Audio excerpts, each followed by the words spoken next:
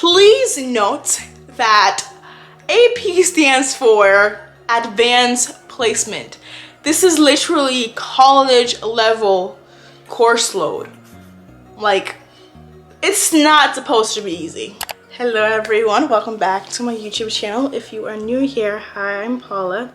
So it is around that time again where we are going back to school and we are picking out our classes. So for my school, we were not allowed, for my high school, we were not allowed to take AP classes till our junior year of high school.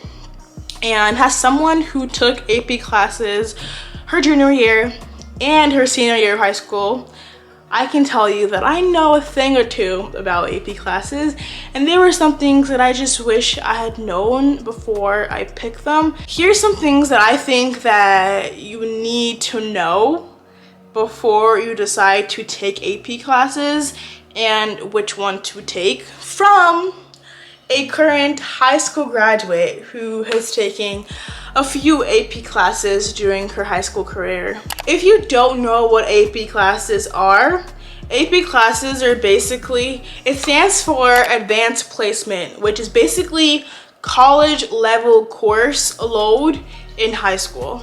So the thing about AP classes is that you do have to take the AP test at the end of the year for the credit to count.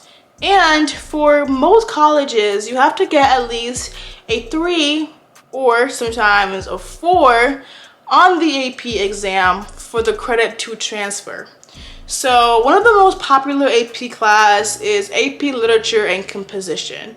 So this counts as your typical freshman English credit. So if you take that class, the AP Literature and Composition class, and at the end of the year you take the exam and you get a 4 on the exam, you would be basically exempted from taking the freshman English class in college, because basically you've passed the college class while still being in high school, so there is no need for you to take the college class in high school.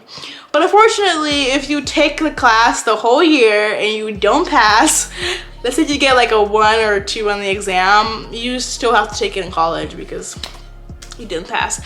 But yeah, please note that AP stands for Advanced Placement. This is literally college level course load. Like, it's not supposed to be easy. Now, you don't have to take college credits in high school, you don't have to take AP classes, but it can be a good way to challenge yourself if you want to. Maybe, for example, your classes are a little bit too easy for you and you want to challenge yourself a little bit, you can take an AP class and see how it goes. So I have decided to structure this video in a pros and cons list because we all know that AP classes are hard. Like, it's not a new thing, but I'm going to make a quick little pros and cons list to help you decide if you should or should not take AP classes, or if you should not take as much as you probably want to. And I'm going to tell you which ones are my favorite, that I think are the easier of the bunches. So yeah, the very first pro to taking AP classes is that it could boost your GPA. Yes, honestly, taking AP classes my junior year, I think very few of my classmates took AP classes their junior year. Most of them just took it their senior year. So we all got all A's in all our classes, but my GPA was a lot higher. And think about it this way, an A in an AP class is basically like a B in a regular class. What I meant to say here is that a B in an AP class is basically an A in a regular class. So it counts for more, so your GPA goes up. So at my school, we get 1.5 credits instead of 1 credit for an AP class. So regular class would be 1 credit, but for an AP class, it'd be 1.5 credit. So if you and somebody are struggling for valedictorian and you want that spot, just take more AP classes and get an A, or at least a B, or a good grade. Get a good grade in that class. And I think that Wait, did I say an A counts as a B? I meant a B in an AP class counts as an A in regular class. So for example, if you take an AP class and you get a B, that's basically equivalent to getting an A in a regular class. So if you're able to get an A in that class, you're thriving. You're thriving. Because an A in an AP class, I mean a B in an AP class is basically an A in a regular class. Number 2 pro is one that I mentioned before, the ability to get college credits. Now this one is kind of pro and con, because if you don't pass the exam, it's kind of like worthless, but not really, but whatever. But just know that in order to get the college credit, you will have to pass the AP exam.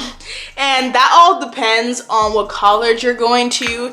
Some colleges, like the Ivy Leagues, I'm pretty sure require you to get a 4 on the exam, and the highest score is a 5.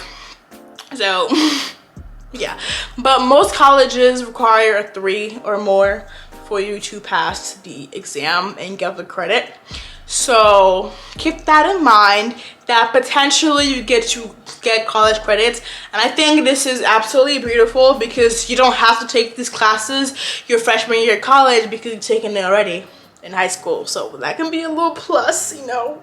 Yeah. The last and final pro is that it can really help your resume when it comes to applying to colleges. Don't tell nobody, but like having that little AP class, regardless of whether or not you even pass the exam, can help you. It can help. It can help with your college, because it just shows that you're able to handle this course load. And if you're applying to colleges, like for example in the fall, they're not gonna see your exam scores by then. So like, it doesn't matter if you pass or not. Like, just saying, just saying. Because the exam is in May anyway. So like, you probably already got into the school before May. So like, yeah. If you plan on going to college, it can be really good for your application. It can help you stand out in college applications. And it just shows the admissions office that you are able to handle difficult course load and you are ready to become a college student. Okay, now that we are done with the pro, we're gonna go into some of the potential cons. It depends on how you look at it. Some of this might not be a con to you, but typically I would consider these things a con. The very first con is that this will require more time and effort than your regular class. Honestly, taking an AP class taught me that I have to start studying a little bit more than the day before the exam. Yeah, the day before the test, don't study the day before the test. Like, that's not gonna work here, because there's just so much to get in that studying the day before is gonna do nothing for you. You might fall into depression. Psych, I'm playing, but you will need to learn how to handle stress, because you will be stressed. Yeah, that's the beauty of AP classes, is that you will get stressed. It's okay, it's totally fine. But yeah, especially if you have more than one AP class per semester, it's a lot, man. So learning how to manage stress is really, really important. Number 3 is time management. If you want to take AP classes and you have terrible time management skills, stay away from them, because you're gonna have like 1,000 assignments all due, plus your regular classes, plus if you're playing sports or you have any other hobbies, it's going to take up the majority of your time. And if you don't have that time to spare, don't even put yourself in that predicament in the first place. Just stay away from it. But if you want to challenge yourself, you can definitely take it. Honestly, I think AP classes are amazing. I wish I'd taken a little bit more in high school, but I was kind of scared. And I took a little bit, took a few of them, but yeah.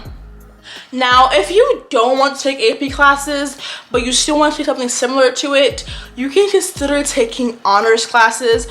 Honor classes are not as hard as AP classes, but they're not as easy as regular classes. So I would like take an honors class like your sophomore year And then if it's still too easy for you, then you can take an AP class. But the high school that I went to, it was an all honors high school. So basically all our classes were honors classes. So I already got used to it. That's why I had to take AP classes to challenge myself. But yeah. Also, you can consider taking something called dual enrollment, but I think that is a great alternative. That's basically taking college classes in high school. So consult with your school counselor, please. Don't just jump in and take an AP class your freshman year of high school. I don't even know if that's allowed. Like, do schools allow that? I don't think so. Just talk to your counselor, be like, hey, I heard about AP classes and I'm interested. Let me know. Like, what do you think? Is it a good idea? Is it not? See what they think. Don't take advice from a random girl on the internet. Don't do that. It's very easy to burn out while taking AP classes. Especially my senior year of high school, because I was taking AP classes and also dual enrollment classes, college classes. So balancing those college classes, AP classes with extracurricular activities plus YouTube, it was a little bit stressful. And I got senioritis and I got burnt out a couple of times. So know that there is a possibility of you getting burnt out, but I came out of that hole and I got better. I think I might make a video on how to avoid burnout or how to solve burnout if you have gotten burnt out from high school or from just the heavy course load. But yeah, I really hope that this will help you make an informed decision as to whether or not to take AP classes in high school. If you enjoyed this video, don't be mean, give it a thumbs up and subscribe to the channel, and I will see you all in my next video.